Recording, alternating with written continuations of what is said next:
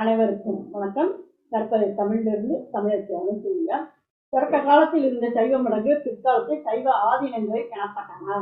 இந்த சைவ ஆதீனங்கள் 18 என்று அபிதான சிந்தாமணி குறிப்பிடுகின்றது.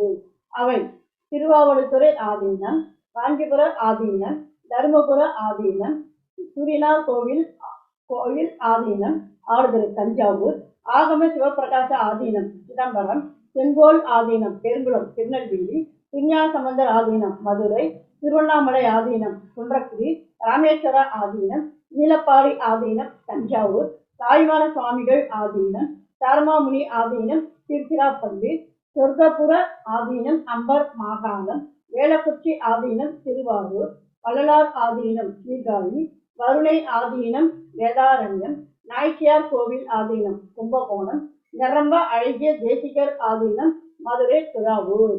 இவ்வாறாக அபிதான சிந்தாமணி 18 ஆதீனங்களை குறிப்பிடுகிறது. நன்றி, வணக்கம்.